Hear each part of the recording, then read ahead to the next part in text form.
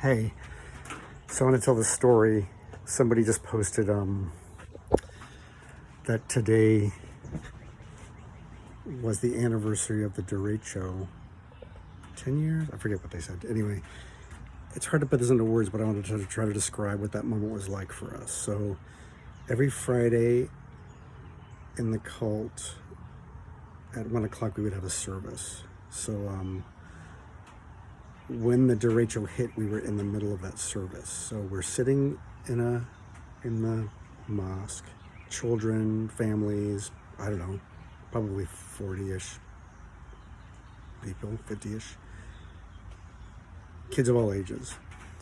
That storm comes, and as you know, it was storm of the, I don't know, century. Trees flying down the street. Now, again, this is hard to explain, but our job was to obey, and we were so entrenched in that relationship that deep down inside myself, I'll speak for myself, but other people also acted this way. And my job was to take the lead of the guru. He was at this moment speaking. He was giving a sermon while 20, 40 mile-an-hour winds. We were in danger. Our children, my daughter was in the room, but I was watching the guru, and he never flinched.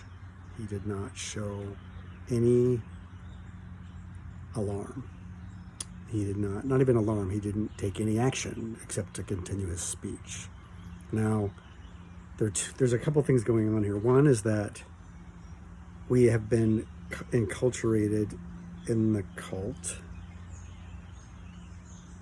to always trust him. So if he's not showing any alarm or any movement, our job is to trust him. Like, in other words, we were always to track that we were always to believe that he was tracking all the situation, because we believed that he saw everything. And to some extent, not an exaggeration, we believed, because he implied many times that he was aware of the future, possibly controlled the weather, and that he knew what was coming. He was the knower of all things. So, all that to say, and this was based on many years of prior experience. If one of us had stood up and said, like, what the hell, we should protect our children right now, that would have been a bad move, in the sense that it would have been made fun of. It would have been showing a sign of your lack of faith in him, because our job was to trust his lead in all things. And the storm happened, and we all passed the test, and it wasn't until after I left the cult that I looked back on that and I was like, holy crap, that's an example of extremist behavior, in the sense that no parent protected their kid.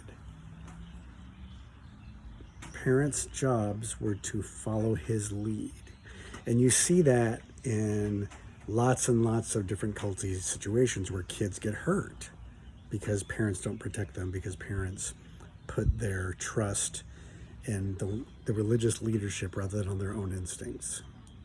So when I hear about the Derecho, I think, oh my God, we didn't protect our kids. That's intense. Yeah.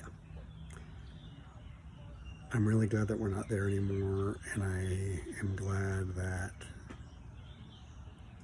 we survived that without anybody getting hurt. But that dynamic hurts other people, and hurt people, and still hurts people. Any person in their right mind would have protected their children at that moment.